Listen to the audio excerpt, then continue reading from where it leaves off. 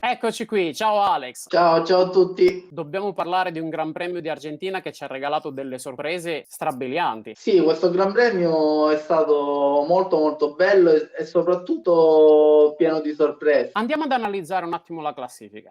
Primo posto Marco Bezzecchi, Johan Zarco e un Alex Marquez oggi sembra completamente rinato. Sarà l'aria italiana del team Gresini? Sarà la moto che realmente è il progetto migliore che si trova oggi sulla griglia di partenza della MotoGP? O è cambiato qualcosa dentro di lui e questa ventata di aria fresca ha riportato fuori il campione Alex Marquez? Secondo me, parlando personalmente da pilota, far parte di un team che ti fa sentire al proprio agio fa tantissimo a livello di testa. Ducati ormai ho capito che è una moto a cui si abituano tutti. Continuiamo con il podio. Abbiamo uno straordinario Zarco. Devo dire, lui è sempre andato fortissimo sul bagnato, storicamente è uno dei piloti più forti sul bagnato per quanto riguarda la griglia di partenza. Tu come l'hai visto?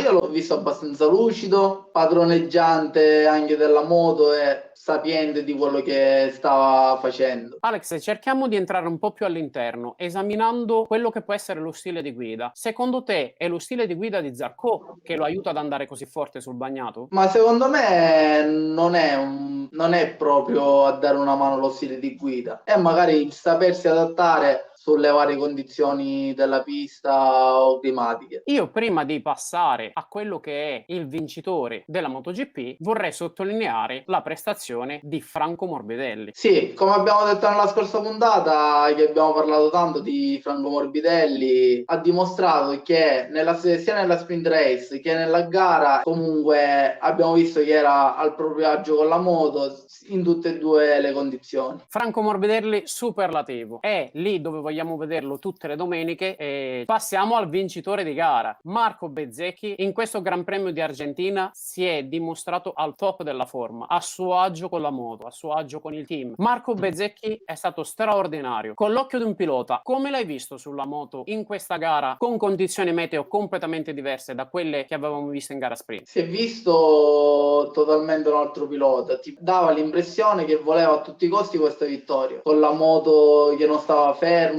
cioè si vedeva proprio che guidava anche sopra i problemi pur di arrivare primo in questa gara. Possiamo dire che in casa VR46 hanno di che essere felici. Marco Bezzecchi si sta confermando una realtà per questa MotoGP. Che ne pensi? Dallo scorso anno ad oggi si vede che comunque è cresciuto molto. Vorrei riprendere un attimo il discorso che hai aperto tu per quanto riguarda Alex Marquez. Il fatto di trovarsi e crescere nello stesso ambiente può essere la ragione di questo risultato? Secondo me sì, perché avendo anche una mano da un grandissimo campione come Valentino Rossi e poi essere seguiti da una persona come Uccio, che è sempre stato dietro a Valentino Rossi, comunque secondo me fa moltissimo anche a livello di personalità. Alex, siamo rientrati in studio. Abbiamo parlato di MotoGP, ma altre due categorie ci hanno regalato delle grandissime emozioni. Moto2 con Tony Arbolino e Moto3 con Andrea Migno. Sì, per rimanere sempre nell'ambito italiano sono state due vere sorprese, soprattutto per Andrea Migno che non